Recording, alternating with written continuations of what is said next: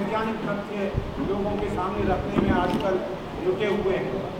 मेरे इधर हैं श्री यशवीर आर्य, ये आज़ादी बचाओ आंदोलन के हरियाणा के संयोजक हैं और फतेहाबाद गोरखपुर में जो परमाणु ऊर्जा प्लांट लग रहा है उसके खिलाफ जो किसान भाई सब हैं उनके साथ प्रधान जी, ये किसान संघर्ष समिति के साथ आप गाँव में जाकर के प्रचार का काम और सही जानकारी देने का काम कर रहे हैं। इसमें डॉक्टर सौम्य दत्ता भी गांव-गांव जा रहे हैं। हमारे इस तरफ हैं प्रिंसिपल धर्मपाल जी आ रहे, ये बड़ौर उत्तर प्रदेश से हैं, डॉक्टर महावीर नरवाल प्रोफेसर। और मेरे दाहिने तरफ हैं प्रोफेसर NS वर्मा जो हिसार एग्रीकल्चर यूनिवर्सिटी में प्रोफेसर हेड रहे हैं। मेरा नाम है डॉक्टर बनवारी लाल शर्मा, तो मैं भी आज़ादी बचाओ आंदोलन से जुड़ा हूँ और इस समय ये जो परमाणु ऊर्जा के खिलाफ देश भर में आंदोलन चल रहे हैं उन सबसे मैं जुड़ा हुआ हूँ। आपसे बहुत संक्षेप में बात करें, फिर हम चाहेंगे कि आपको वैज्ञानिक जानकारी डॉक्टर सौम्य दत्ता दें। जब 2-3 साल से ये परमाणु ऊर्जा की विशेष आंधी सी देश में आई हुई है। जब से ये इंडो US न्यूक्लियर डील हुआ है, भारत अमेरिकी परमाणु संधि हुई है, तब से ये जो विदेश की कंपनियां हैं, अमेरिका की, फ्रांस की, इंग्लैंड की और देशों की, इस देश में परमाणु ऊर्जा के क्षेत्र में अपने रिएक्टर लगाने के लिए आ रही हैं। आपको हम याद दिलाएं कि पिछले साल नवंबर-दिसंबर में दुनिया की 3 बड़े देश अमेरिका, फ्रांस और रूस के राष्ट्रपति 1 महीने के अंतराल पर ही आए। पहले बराक ओबामा आए, फिर सरकोजी फ्रांस के आए, फिर मेदवेदेव रूस के आए। ये किस लिए आए थे? ये इसलिए आए थे कि भारत बोली तो साथ लगता था जी, सुन मिलेंगे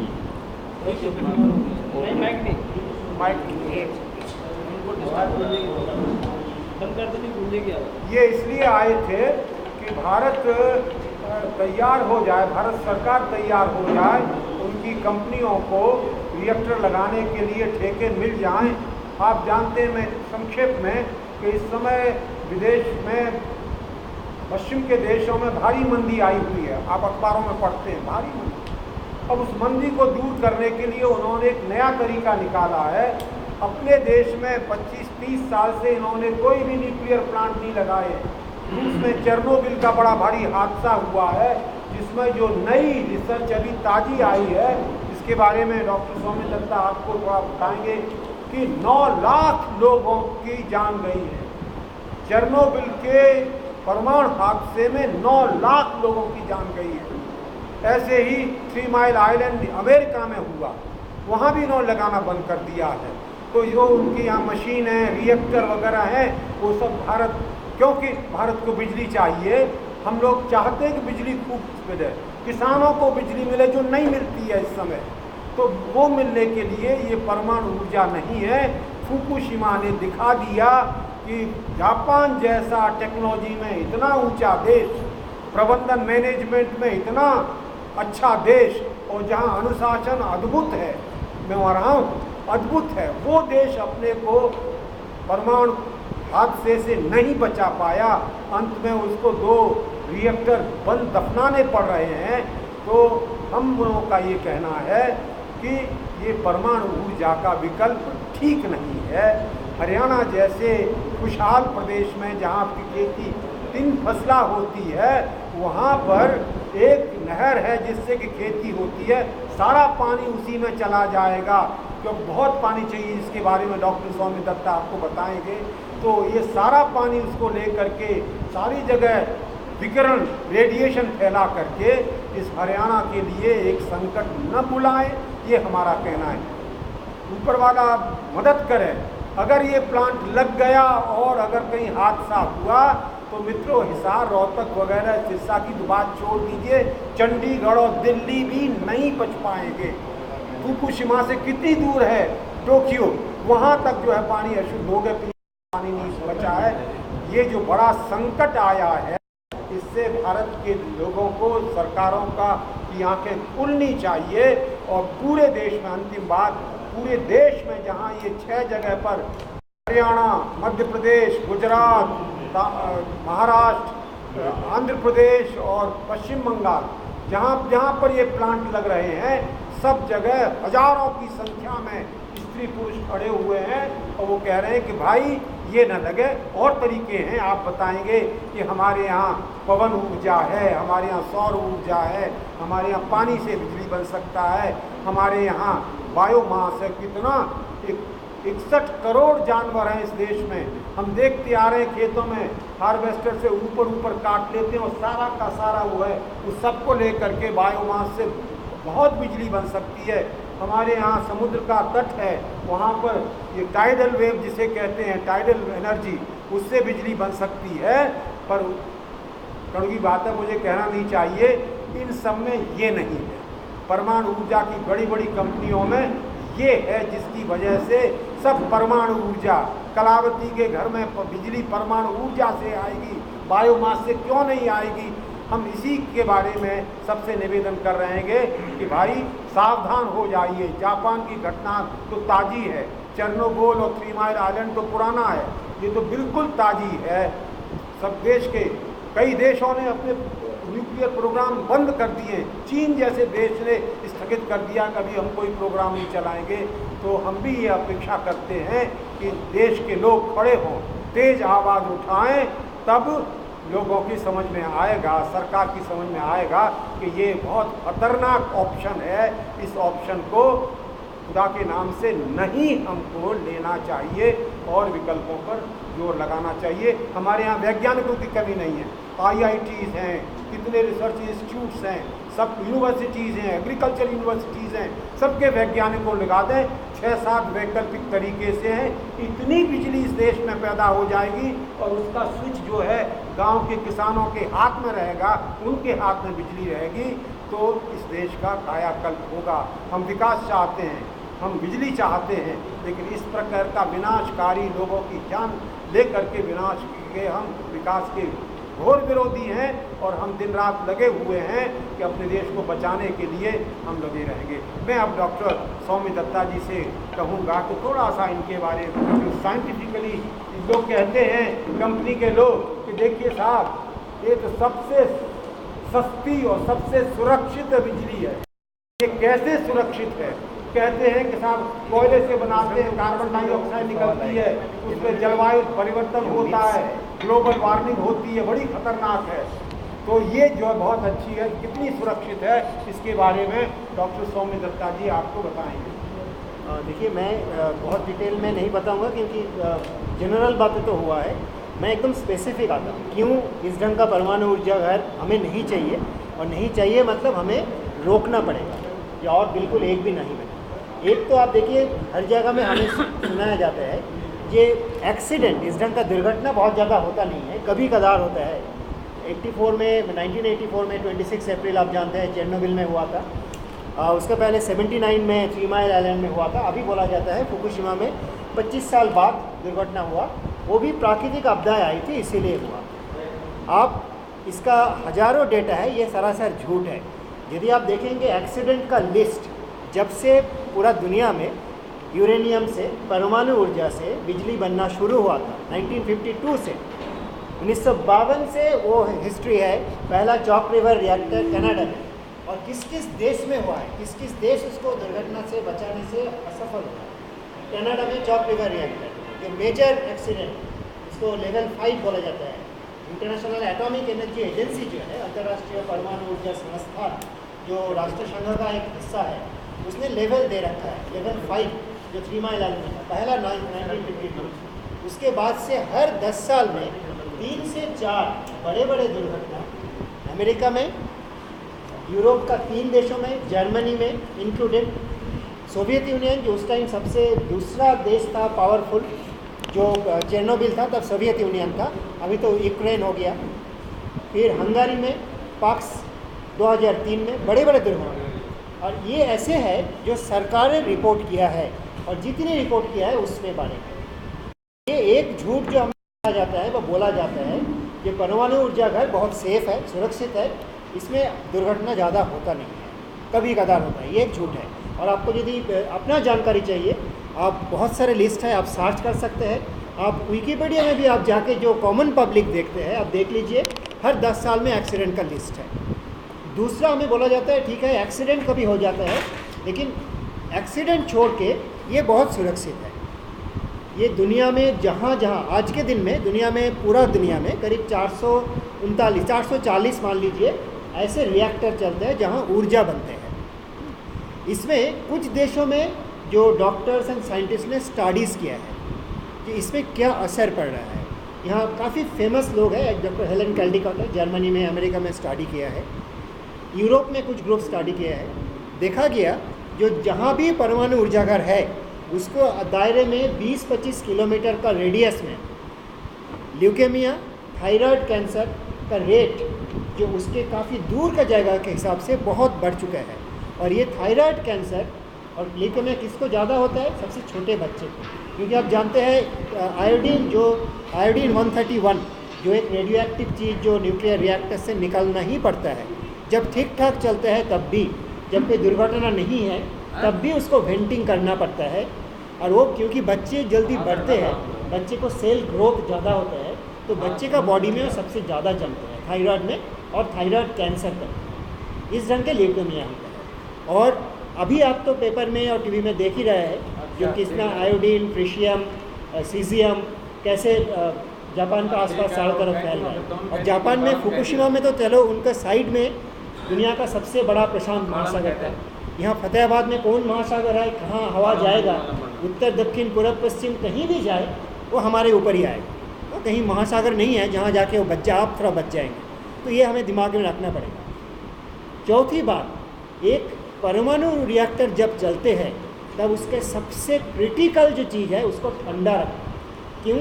मानिए यहाँ आपको जो बनने का जो प्रपोजल है, जो प्रस्ताव है, 700 मेगावाट रिएक्टर बनने का प्रस्ताव है गोरखपुर गांव में, जो गोरखपुर न्यूक्लियर पावर प्लांट के नाम पे 2800 मेगावाट। तो और एक 700 मेगावाट रिएक्टर का मतलब है उसके अंदर आपको 3 गुना, क्योंकि ये 700 मेगावाट बिजली बनेगी और जनरली जितनी बिजली बनेगी उसकी 3 गुना गर्मी पैदा होगा, तभी 1/3 बिजली बन पाती है। मतलब 2100 मेगावाट गर्मी एक छोटा रिएक्टर बिल्डिंग में किसी भी टाइम में पैदा होते रहेगा। और आज के दिन में दिल्ली, हिंदुस्तान में जितना शहर है सबसे ज़्यादा बिजली खपत दिल्ली का है। दिल्ली, पूरी दिल्ली का जितनी मॉल्स है, जितनी फैक्ट्रीज है, जितनी मकान है, जितना एसीज है, जितना मेट्रो रेल है, 4000 मेगावाट का बिजली खपत है। मतलब आधी दिल्ली का बिजली आप एक रिएक्टर बिल्डिंग में लगा दिया, वहाँ उतनी गर्मी पैदा हो रहा है रोज़ प्रति सेकंड में। तो इसीलिए एक रिएक्टर को ठंडा रखना सबसे क्रिटिकल बात होता है। और आपको यहाँ कौन महासागर है पता नहीं है, मैं पिछली बार जब आया था देखा एक ही नहर है, एक नहर है घाघरा कैनाल, एक पेरेनियल रिवर भी नहीं है। जब हाँ फतेहाबाद बैंड जो घग्गर रिवर है वो पेरेनियल नहीं है, वो सीजनल रिवर है। और ये नहर का ऊपर निर्भर करके अभी तक हिंदुस्तान में इतना बड़ा परमाणु बिजली घर नहीं है, 2800 मेगावाट इतना बड़ा नहीं है। तो सोचिए कितना बुद्धिमानी का काम किया जा रहा है। यहाँ जाट रिजर्वेशन के लिए आंदोलन चलते हैं और कोई आंदोलन चलते हैं। किसी आंदोलनकारियों ने बोला कि सरकार नहीं मांग रहा है, हम नहर का काट देंगे। 3 घंटा यदि आपको उसको पानी ना मिले, फुकुशिमा से काफ़ी बड़ा दुर्घटना यहाँ घट सकती है। तो ये हमें दिमाग में रखना पड़ेगा। हाँ, यहाँ और कुछ नहीं है, समुंदर आपके पास नहीं है, जो समुंदर का पानी देके भी जापान कंट्रोल नहीं कर पा रहा है। चौथी बात, पांचवा बात, ये जो नहर है इसका पानी क्या आपके लिए फालतू है? ये मेरा एक सवाल है। क्योंकि आप जानते हैं यहाँ फतेहाबाद में जिस एरिया में होना है वहाँ रेनफॉल कितना है सालाना, कोई बता सकते हैं? सालाना प्रेसिपिटेशन जिनको बोलते हैं रेनफॉल कितना है? 400 मिलीमीटर, 400 मिलीमीटर, जो दिल्ली का 615 से काफ़ी कम है। और वो इतना हरा भरा एरिया क्यों है? उस नहर के लिए। तो जब, और आप जानते हैं यदि 1000 मेगावाट का एक कोयला से भी यदि बिजली घर बने, 1000 मेगावाट का परमाणु बिजली घर उससे ज़्यादा ठंडा रखना चाहते हैं, क्योंकि पूरा ठंडा वो पानी से करना पड़ेगा। कोयला का बिजली घर में तब भी तो ऊपर से स्टैक से निकाल देगा, गर्म हवा निकलेगा, वो एक हीट रिजेक्शन का तरीका है। न्यूक्लियर पावर प्लांट में वो भी नहीं है। तो पूरा जो पानी में ठंडा रखना पड़ेगा और 2800 मेगावाट का 3 गुना हीट पैदा होगा, वो एक नहर पे होगा। तो वो नहर का पानी से ठंडा होगा, वो नहर का पानी बाद में कोई इस्तेमाल कर पाएगा और बहुत बड़ा एक नेचुरल ड्राफ्ट कूलिंग टावर बनेगा, जिसमें तो आधा हिस्सा पानी तो भाप बन के उड़ जाएगा और बाकी आधा हिस्सा पानी जो होगा वो 10 से 12 डिग्री गर्मी होके फिर आपको नहर में आएगा। तो उसमें क्या काम होगा, जो आपको गर्मी का टाइम जो ऑलरेडी 22-24 डिग्री है, वो यदि 35 डिग्री पानी है, नहर का पानी निकले उससे क्या खेती होगा और क्या होगा, आप किसान ज़्यादा जान सकते हैं, हम कम समझते हैं। और उससे भी बड़ा बात, क्या हम इतना परेशानी हो गया कि हमें ये लगाना ही पड़ेगा और कोई तरीका नहीं है। अभी हरियाणा सरकार और भी कुछ सपोर्ट करते हैं ना, स्टडीज़ सपोर्ट करते हैं, काफ़ी पैसा वाला गवर्नमेंट है। पंजाब हरियाणा गवर्नमेंट तो पर कैपिटा इनकम से काफ़ी ऊपर है। हरियाणा सरकार का सपोर्ट है, स्टडी है, डिस्ट्रिक्ट वाइज जिलावारी उनका स्टडी है। जो एक्सेस बायोमास जो ज़मीन में जाना ज़रूरत है, उससे ऊपर जो बायोमास है, जैसे यहाँ कपास का खेती होता है, उसका जो स्टॉक है वो तो आपको बाकी कोई काम में नहीं आते हैं। ऐसे जैसे अभी जो स्टॉक छोड़ दिया गया हार्वेस्टर से काटने के बाद, ऐसे बायोमास में हरियाणा का सरकार सपोर्टेड स्टडी है जो 1100 मेगावाट से ऊपर बायोमास बेस्ड बिजली बन सकते हैं। उस अपना सरकार का स्टडी है। हरियाणा जैसे जगह में जो सौर ऊर्जा का जो पोटेंशियल है वो लगभग 30 मेगावाट प्रति किलोमीटर का है, स्क्वायर किलोमीटर का। ठीक है, हम मान सकते हैं हर जगह में पवन ऊर्जा का शायद सही नहीं होगा, उसका विंड मैपिंग शायद हुआ नहीं होगा, तो मैंने उसको जानता नहीं हूँ सही विंड मैपिंग हुआ है कि नहीं हुआ है, शायद नहीं हुआ है। तो इतने सारे जहाँ विकल्प है, और ये भी मान लीजिए जैसे हम जानते हैं, जैसे बात हो रहा था बिजली, देश का सरकार बोलते हैं ना 40% लोगों को बिजली नहीं है, इसलिए उनके लिए बनाया जा रहा है। आप जब से लिबरलाइजेशन शुरू हुआ था उसका इफेक्ट कब से आया, 1995-96 से। उस टाइम का मान लीजिए 96 हिंदुस्तान का इंस्टॉल्ड इलेक्ट्रिसिटी कैपेसिटी क्या था, 81,160 वाट मेगावाट, 81,160 मेगावाट। ठीक है, तब का दिन में हिंदुस्तान का 52% लोगों का घर में बिजली नहीं था। ठीक है, 2010 के अंत आते आते हमारा इंस्टॉल कैपेसिटी क्या है, 1,71,000 मेगावाट, दुगना से ज़्यादा है। आज के दिन में 42% लोगों का घर में बिजली नहीं है। तो जो बिजली जो इतनी बड़ी बड़ी महंगी बिजली घर से बनाए जाते हैं, ये जिनकी बिजली नहीं है उनके देने के लिए नहीं बन रहा है। ये बड़े बड़े मॉल्स, बड़े फैक्ट्रीज, लार्ज कंजम्पशन जो इनके लिए बनाए जाते हैं। और ये जो सेज आ रहा है इनके 24/7 जो बोलते हैं ना, 24/7 बिजली होना चाहिए, उनके लिए बनाए जाते हैं। और भी बात है, जैसे आपको समझाया जाएगा, यहाँ देखिए आपको गांव में 24 घंटा बिजली मिल जाएगा। हिंदुस्तान में जो 21 परमाणु रिएक्टर चल रहा है, छोटा छोटा, इतना बड़ा अभी तक नहीं है, कहीं 200 मेगावाट, कहीं सबसे ज़्यादा में 500 मेगावाट, अभी ये 700 मेगावाट बनने वाला एक रिएक्टर का प्लान है। हाँ, 4 ऐसे रिएक्टर का प्रस्ताव है। तो आप देखिए ऐसे बहुत सारे जगह में, रावत भाटा के जाइए, नरोड़ा जाइए, नरोड़ा उत्तर प्रदेश में है, नरोड़ा का आसपास का गांव में लोड शेडिंग 18 घंटा होता है, 18 घंटा लोड शेडिंग होता है। तो उनको मिला क्या, उनको मुफ्त में कुछ चीज़ मिला है। एक मिला है नरोड़ा का, आप यदि लोकेशन देखेंगे गंगा का एकदम किनारे बैठा है, तो बीच बीच में जो लीकेज होता है वो रेडियो एक्टिव लीकेज पानी में जाता है, तो लोगों को मुफ्त में ल्यूकेमिया मिलता है, जो खून का कैंसर मिलता है, मुफ्त में बाकी थायराइड कैंसर, मुफ्त में जो डिफॉर्म्ड बेबीज़ पैदा होता है, बर्थ डिफेक्ट, वो मुफ्त में मिलता है। और यही चीज़ आप कहीं भी जहाँ न्यूक्लियर पावर प्लांट 8-10 साल से कम चल रहा है, नहीं तो हिंदुस्तान का अभी तक का सबसे चलने वाला जो यूरेनियम माइन जदुगुड़ा में, झारखंड में, हम लोग वहाँ गए हैं, उसका बहुत सारे डॉक्यूमेंटेशन है, वीडियोज़ है। आप देखिए किस ढंग से बच्चे पैदा हो रहे हैं, किस ढंग से महिलाएं बच्चे पैदा करने में असफल हो रहा है, किस ढंग से लोगों को ऐसे बीमारी हो जाए, डॉक्टर बोल रहे हैं हम जानते नहीं हैं क्या बीमारी है। तो ये सब इतनी जिसको कीमत है, यानी ये कीमत सिर्फ पैसा का नहीं है, लेकिन पैसा का कीमत की भी बात किया जाए, हिंदुस्तान का सरकार का अपना दावा है, यानी हमारा नहीं, कि हम अपना जो हिसाब देते हैं प्रति मेगावाट 8 से 10 करोड़ रुपया खर्चा आएगा। जो यहाँ ये जो बनने वाला प्रस्ताव है ये NPCIL का है, nuclear power corporation of India limited, जो हिंदुस्तान सरकार का संस्था है, 8 से 10 करोड़ रुपया प्रति मेगावाट। हम लोग कोयला